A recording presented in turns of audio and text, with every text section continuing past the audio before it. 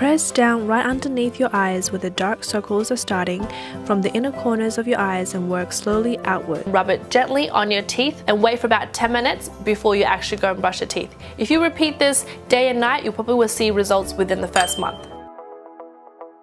Stepping out, it's Friday night, how I'm longing for this day. Yes, I'm single. Daily brushing is far more cleansing than any artificial shampoo. Brushing helps to get rid of waste materials such as various acid crystals that become encrusted on the scalp. It also increases blood circulation as well as the transportation of oxygen and nutrients to the hair.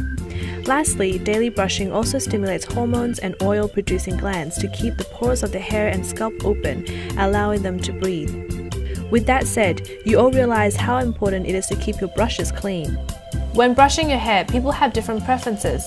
My advice is to always brush from the tips to the roots, and if you have long hair, make sure after you have brushed out the tangles on the tips that you hold them firmly while you're moving upwards.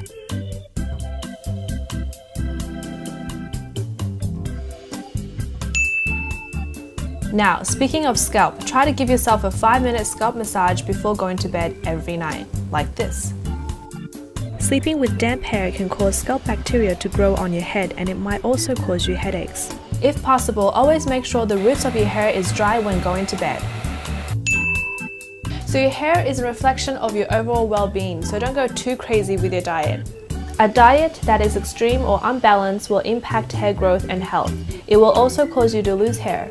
Although a balanced diet is needed, but Asian people believe that certain foods are especially good for your hair, such as sesame seed, seaweed, tofu products, beef, spinach, black beans, and walnuts. Number 1. Eggs. Eggs have a rich source of protein, which is essential in not only just hair growth but overall general health. Our body will break down the proteins we eat into amino acids, and these amino acids aid in the process of blood cell replacement. Basically, our muscle, hair, nails, skin, and eyes are all made from protein. Number 2. Sweet potatoes. Sweet potatoes contain beta-carotene, which our body converts to vitamin A, something every cell in our body needs. It also aids in the production of natural oils in our scalp, which is very important in hair growth. Number 3. Avocados. Avocados are the best source of natural fatty acids, which our body needs to enhance the rate of our hair growth. If you don't like eating them, you can always turn them into hair masks. You can watch a video on how I made my avocado hair mask at home. Number 4. Blueberries. Blueberries contain a ton of vitamin C, which is what our hair needs to provide blood circulation into the tiny vessels that feed the hair follicle. Vitamin C will also make our hair a lot stronger too.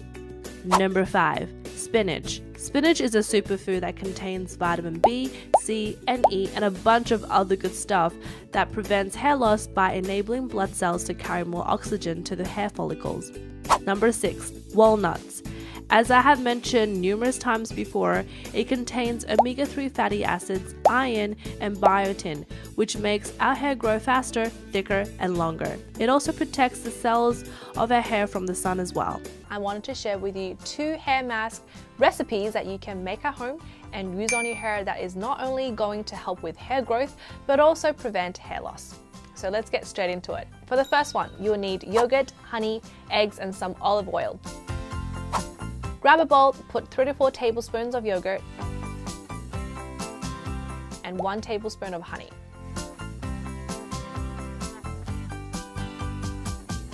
And then add a tablespoon of your favorite oil. I like using olive oil as it helps to exfoliate your hair while strengthening the hair color and prevent premature graying. Then add 2 eggs and blend away. The sulfur in the egg yolk stimulates the scalp and increases hair growth, while the egg white makes the hair follicles stronger and in turn prevents hair loss. Another tip is that if you have super oily hair, you can just use egg whites as it can remove excess oil from the hair. On the other hand, if you have super dry hair, you can just use egg yolk as it contains emollient properties as well as it helps to moisturize dry hair. Like I've mentioned before, chemicals and things like that are going to affect your hair and your scalp, and I know it's really hard because we love changing the color of our hair and making our hair do weird things, going from straight to wavy, going from wavy to straight, going from red to black, or going from black to blonde. All of those chemicals have toxins that your body maybe cannot accept or need to do extra work to get it out of your body. That also causes damage and strain on your hair. So making sure that using products that are more natural, or maybe just stretch out the time length between each treatment, whether it's just pushing it to 6 months to a year, so that you're not constantly packing on chemicals in your hair. One of the reasons why we actually have dark circles is because there is not enough blood flow around the eye area. So that's why I would like to share with you some cool massaging techniques which you can use every night before you go to bed to actually help to improve the circulation around your eyes and in turn get rid of dark circles. I'm bringing back the Chinese spoons and introducing the jade. Step 1. Both spoons at the same time, starting from the outer corners of your eyes, move inwards towards the center and up and around. Repeat this 10 times and try to be gentle and slow. Step 2. Press down right underneath your eyes where the dark circles are starting from the inner corners of your eyes and work slowly outwards. There is 4 points, so remember to hold each point for 5 seconds and do the whole set 10 times. Step 3. There's a pressure point right in the center of the eye level, which helps to improve the blood circulation. Hold this point for 5 seconds and repeat this 10 times. Once this is all done, put your spoon in a bowl of hot water for 10 seconds and wipe dry and place both over your eyes for a minute. Now you're ready for the rest of your skincare routine. When you are cleansing your back, because it is harder to reach, so make sure you use one with like a stick on it, like a loofah with a stick. Or you can also use, what I use a mitt that goes over my hand, and I sort of scrub it that way. The products that I use on my back are same products that I will use on my face. So any acne controlling cleansers or things with salicylic acid in there is fine. Making sure that the back is the last thing you wash in the shower. So after you wash your hair and wash your conditioner out, go again, like go back in there and just wash your back one more time, because you don't want any product residue on your back. And when you come out of the shower, make sure you use a separate towel. So the towel that you use to wipe your body and the towel that you use to do your hair, make that 2 different towels, because you don't want your hair products to transfer to your back. So when you're using your loofah in the shower, make sure that you actually rinse the product from the loofah completely and let it hang dry in a very clean place, because sometimes the loofah itself can grow bacteria, and especially if it's stored in a damp, wet place like it is in the shower. When you come out of the shower, try to avoid applying any moisturizer or body lotion on your back. So you could apply it to anywhere in your body except your back. So make sure it's nice and clean. When you go to bed, right, make sure you keep your hair out of your back. So I always sleep with my hair up, or my hair in a ponytail, my braid in a braid, or my hair up like this. And then I also replace my pillows, which I also mentioned in my acne part 1 video. But at the same time, you have to replace your bed sheets, because not only are you worried about your face, you have to worry about your back. So replace your bed sheets and your pillows at least once a week. Make sure you wash your brushes every week.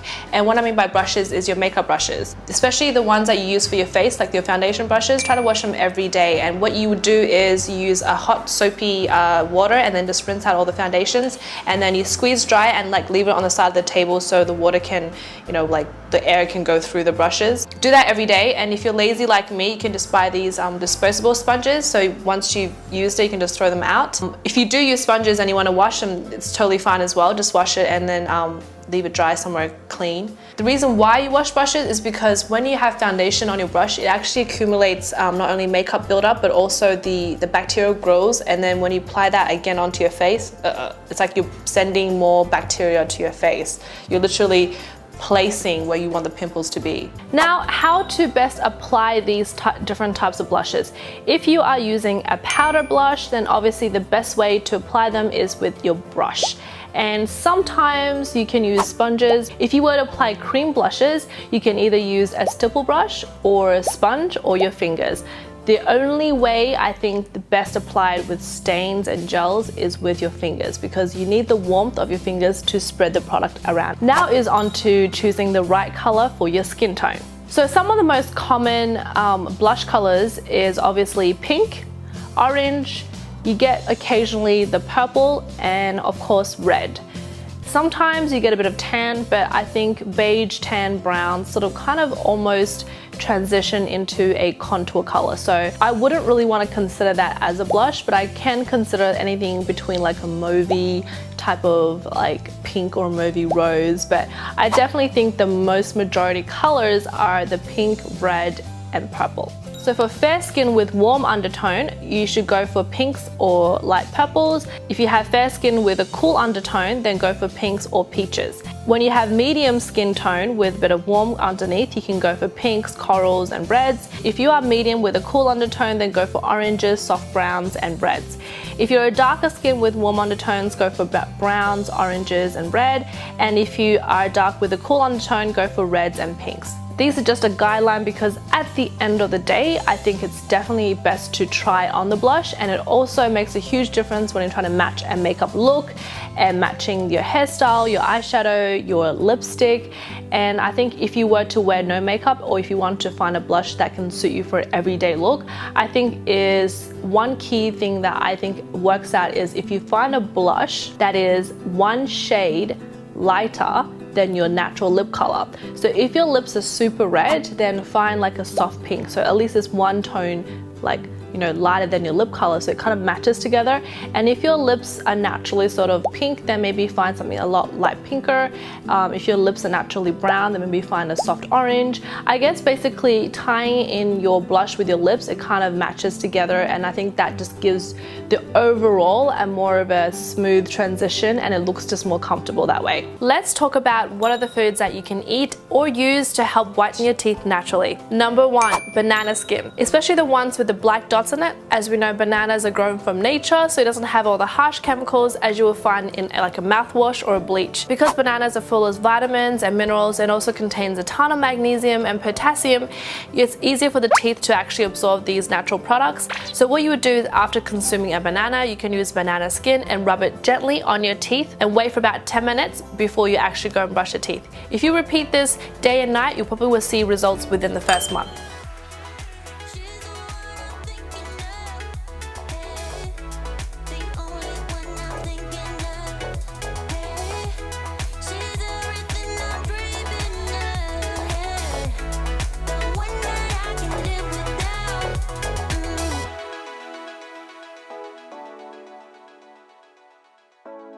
The